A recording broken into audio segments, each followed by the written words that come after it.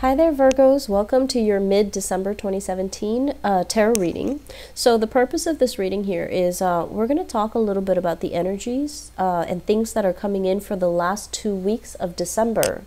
And then I'm also going to briefly go through, lessons that we can extract from 2017 that will help us as we transition into 2018, so it can help us navigate the energies for 2018. I feel across the board, 2017 has been a very, very life-changing and also disruptive year for a lot of people.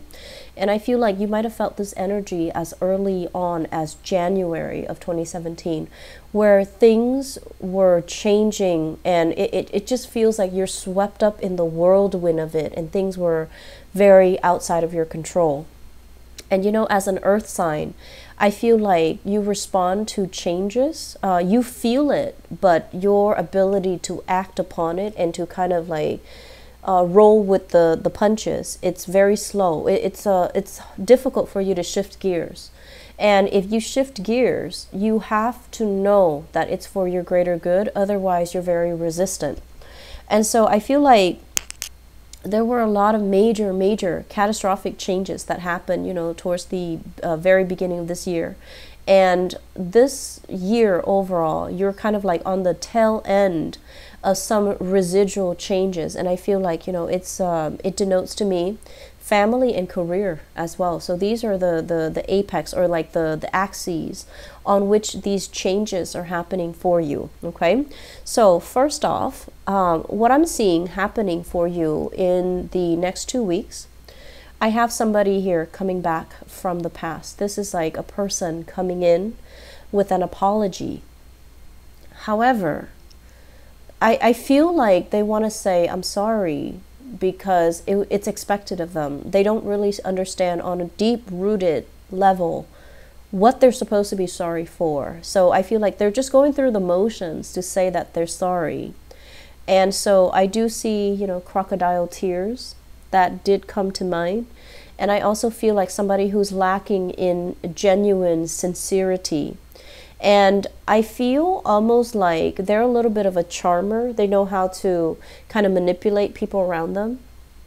And they can be very, very charming, persuasive, intelligent, and smart. But they do have like psychopathic tendencies where they kind of take advantage of other people and they kind of use other people. Okay? This is not a good energy, but I feel as if for some of you, this is like a child, like somebody that you feel, oh, they don't know any better because they're still growing and they're still a child. And I feel like rewarding this behavior is definitely not the right way to go, okay? We need to hold people accountable. So if it's somebody in your family unit, I feel like enough's enough. You kind of need to buckle down and really look at, why is this person doing this? And why is it always like this? Excuse me. I'm feeling for some of you, this is a water sign. So a Pisces, a Cancer, or a Scorpio. And then I'm also feeling a Libra energy as well. Okay. I feel like we need to exercise detachment and we need to exercise tough love in this situation. Okay. No matter how much we care about this person, we need to hold them accountable. And then I'm also feeling as well, in your household unit, I'm getting a very, very strong, big pregnancy vibe, okay? Family expansion, thinking about moving in with another person, thinking about as well getting involved, or taking the relationship to the next level with another person, buying property, moving in, getting married, family planning, getting pregnant. So like these big things concerning relationship and family, I feel like they're coming in. For those of you who have had very, topsy-turvy relationships with parents, I feel like things are going to even out, okay? Like there is a coming together. There's a sense of communion. There's a sense of like everybody gathering together, laying down the sword, no longer fighting, and just aiming to have a good time in the limited amount of time that you are spending with them. I see many of you are consciously limiting your time, taking care of yourself, limiting your time that you're spending with toxic people. So you're not completely, cutting them out, but you're drawing very clear boundaries. You're demarcating or setting aside specific time windows where they can enter your space, and then, very quickly you can withdraw so that they know where they stand with you. So I feel like that's really good. I'm also sensing as well, they're saying here, meddling parents. So you might be a parent, and might be meddling in your children's love relationships. Please don't do that, okay? We are all entitled to our opinions, but children, unless they're dating like a murderer or somebody who's just full of vices, it's really important for them to for us to be respectful of their decisions, and it's important for us, as much as we love, to allow the other person to go through their life lessons the way that they know how, okay? We don't have to be supportive of everything, but refrain from, I guess, like giving advice when it's not solicited, okay? You can be very judgmental when it comes to the people that you love and the people that they're dating. And you might have a tendency to think that like, oh, my kids are like perfect, and no one is going to be perfect enough for them. So refrain from thinking that way, and refrain from using your love to kind of like wanting to use your love and I guess like impose upon other people what they should or should not do, because I feel like that's very counterproductive. That's going to isolate you from the people that you love. And then likewise, for those who are dealing with very, very controlling parents, they're meddling in your love relationships. They're like, they're kind of overstepping their boundaries. They're constantly around. So I feel like, family members as well butting into your relationship, or there's an element here about somebody. It's like too many people involved in the relationship, and it can feel very awkward. It can feel like you don't have your privacy. It can feel just like you're not comfortable. So I do see that element coming through. I feel for many of you, it's like families and in-laws, family members and in-laws kind of meddling in the relationship. This is what you should do. This is what you should eat while you're pregnant. And it's just like, they care, but they're being invasive, and they're being a little bit too nosy, okay? I do feel as well for many of you who have recently recovered from something, surgery, illnesses, even like, a bout where you just didn't want to interact with other people, where you just wanted to be on your own with your own thoughts.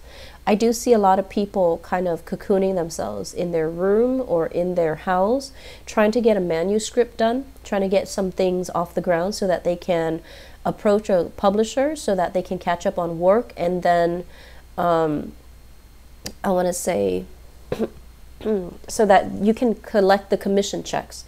So you're like obsessively trying to get things wrapped up, and then there's like a commission check coming into the picture for you. I'm also feeling as well, the what I mentioned with family relationship, it is gonna clear up for you, and I feel like there's harmony and a sense of camaraderie being restored, okay? Moving forward, what I have here for you in terms of, lessons that you should extract from 2017 to help facilitate the 2018 year. What I'm getting here is, you guys have a lot of good insights, okay? You know exactly why you do things, and you also have a really good read on why people do the things that they do. So I feel like I'm not going to be able to contribute anything. And I just feel like you know what you're supposed to do. You guys are very, very directed, okay? So my only advice for you guys is, when you see an opportunity and it strikes your fancy, go for it. So the lack of initiative, I feel, is the only problem. So don't make decisions from a space where we are thinking about, oh, I'm stable here, it's safe here, so I'm gonna just, establish my little empire here. When you have like so much out there for you to explore, to take over, to conquer. So I feel like that's the only problem that might have really deterred you from getting where you need to go and getting what you want in 2017. But I feel like many of you are at a point in your life where you're taking the safe route, not because of fear, but because you feel like the timing, you feel like timing's on your side. So you're just like, there's no rush. I want to be a master of this where I'm at right now. I want to pick up all the skills. I want to master it before I feel confident. I can feel confident enough to shift into a new environment. So that's good, because you're doing it in a very conscious way. And that's all that I ask. So I feel that, you know, if you see opportunities, just say yes. The automatic response is, if it strikes you as something productive and something enlightening and something that you can learn from, and you know, to hone in on some of your skills, definitely say yes to it. Okay, the year 2018, it's a universal number 2 year. So 2017 was a number 1 year, and number 1 years ask us to start over, ask us to be independent, ask us to, you know, go after and grab things by the horns, right? 2018 is very much other oriented. It's relationship oriented. So I see many of you taking a relationship to the next level. And then I also see many of you re-examining your relationship to see if it meets the criteria for something long term. So I feel like it can go one of two ways. Either there's going to be a deepening of the relationship, or some relationships are going to, you know, naturally fall away because the other person might not be on the right path with you. But either way, there is a deepening when it comes to understanding of what you need and what your partner is contributing. So I feel that's what we really need to keep an eye out for in 2018. All the synchronicities, all the things that come into the picture regarding your relationships, they're not there by accident. They're there because there's something that they're trying to show you. There's something that you need to see. There's something that you might have turned a blind eye to, okay? So I do wish you all the best. Enjoy the wonderful holiday season with your loved ones, your family. Take care of yourself, Virgos, and get enough sleep, okay? Bye-bye.